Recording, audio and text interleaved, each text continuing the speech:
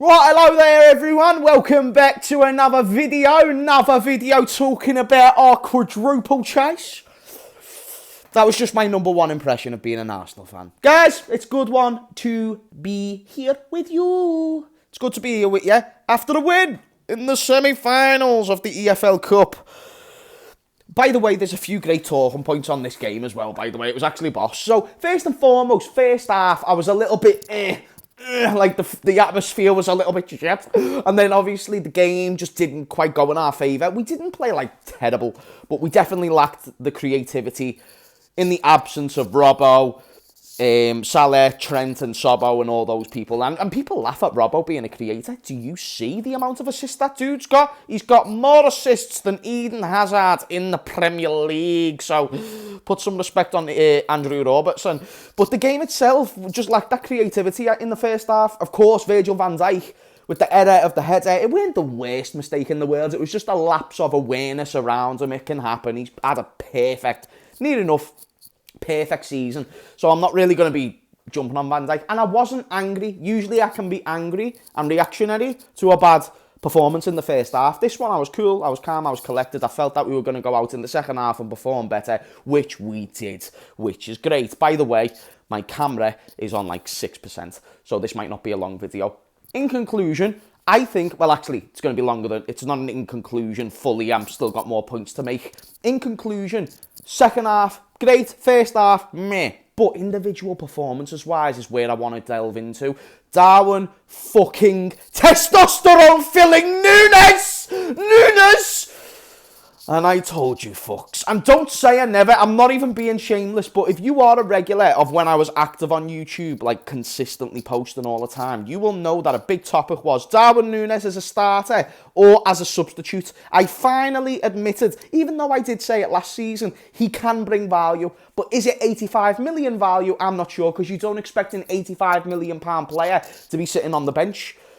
But I do think he brings value off the bench. I think he's a great player off the bench. I said this after Newcastle. I've said this after countless other games. He has a new lease of life when everyone else is tired and he's energetic and the game opens up. That is when Nunez is prime Nunez. That is when Nunez is an absolute machine.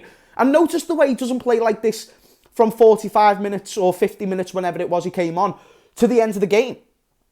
When he starts, he only does it when he comes off the bench, and it's because I think there's a few mental things with Nunez, because he's a mental dude. He is I would love to know just even a quarter of what goes on up in here. I am telling you now, his missus must have one of the most interesting boyfriends ever, because he is a crazy bastard. You know he is. You know he's a crazy bastard in his personal life as well, just because of how much of a crazy bastard he is on the pitch.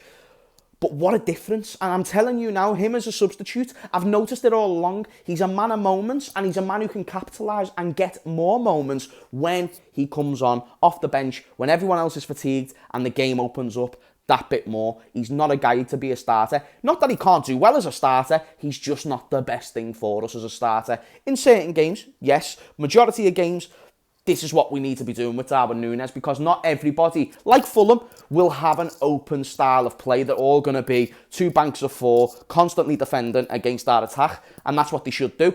But then this game, completely different. In the second half, completely different. Fulham opens up the defence, and that was good for Nunez. And that's why Nunez, that's what actually made your knickers wet for Nunez in the Champions League when he played against us.